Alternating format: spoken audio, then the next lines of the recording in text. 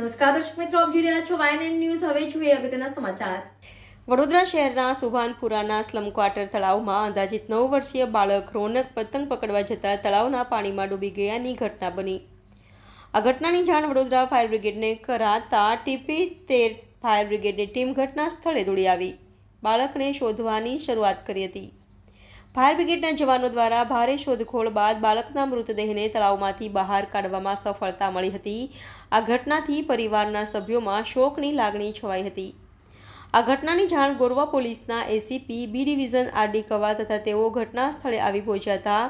પ્રાપ્ત માહિતી અનુસાર આ બાળકની ગુમસુદાની ફરિયાદ નોંધવામાં આવી હતી, જેના આધારે ગોરવા પોલીસે તળાવની બહાર બાળકનું ચપ્પલ મળી આવતા ગોરવા પોલીસે અકસ્માત મોતનો ગુનો નોંધી બાળકને મૃતદેહના વડોદરાની સાજી હોસ્પિટલ ખાતે પોસ્ટમોર્ટમ અર્થે મોકલવામાં આવ્યો હતો. જ્યારે મૃતક બાળકના પરિવારજનોએ ન્યાયની માંગણી કરી ગોરવા પોલીસે વધુ તપાસ હાથ ધરી છે. Reporter Rahul Rajput, YNN news, Vadodara.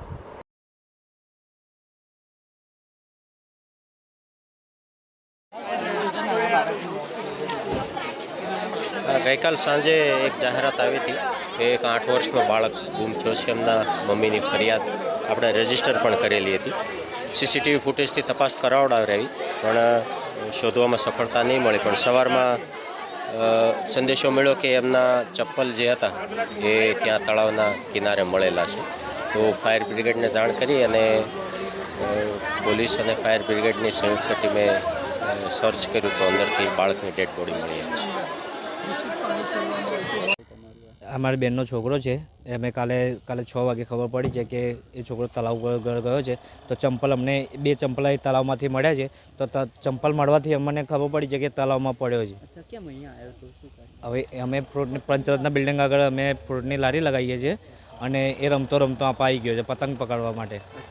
તો હજુ કેટલા વર્ષની ઉંમર હશે? એની 9 વર્ષની ઉંમર છે છોકરાની. રોનક નામ છે.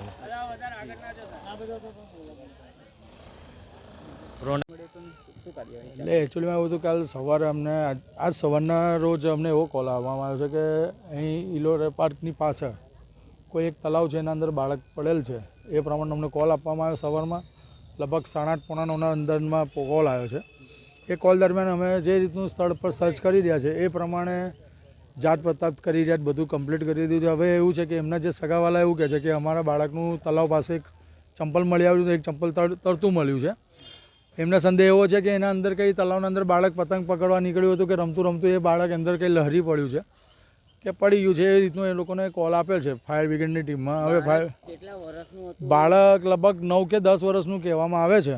અને એવું જાણવા મળ્યું કે કોઈ ફ્રૂટવાળાનો છોકરો છે. હવે એ બધું અમને સદેશ હમણાં નથી ખબર પડી, કારણ કે એમના જે સગાવાલા છે પપ્પુભાઈ કરીને કોઈ, એમને અમને કોલ આવી રીતે આપેલો છે ને એ એમની જોડે વાતચીત થઈ તો કે અમારું બાળક અહીં રમતું હતું, કંઈ પતંગ પકડવા નીકળ્યું હતું, એમાં તળાવમાં કંઈ લહરી પડ્યું છે. એ રીતનો સંદેશ છે. પણ ક્યાંથી લસર્યું છે, કઈ જગ્યાથી પડ્યું છે, હજુ એને ઉકેલ નથી ને કોઈ દેખ્યું બી નથી. આ લગભગ કાલનો કોલ છે આ તો ઓલરેડી. આજે સવારે અમને TP13 ફાયર સ્ટેશન પર કોલ આપવામાં આવ્યો અને અમે અમારી ટીમ લઈને સર્ચ ઓપરેશન ચાલુ છે મારું. હવે સર એ તો અમને ખબર નથી, પણ આજે સવારે જેવો અમને કોલ આપવામાં આવ્યો એ રીતનો અમે અહીંયા આગળ આવીને સ્થળ પર આવીને સર્ચ તપાસ કરી રહ્યા છીએ. લગભગ અડધો કલાક ઉપર થઈ ગયું છે અમને.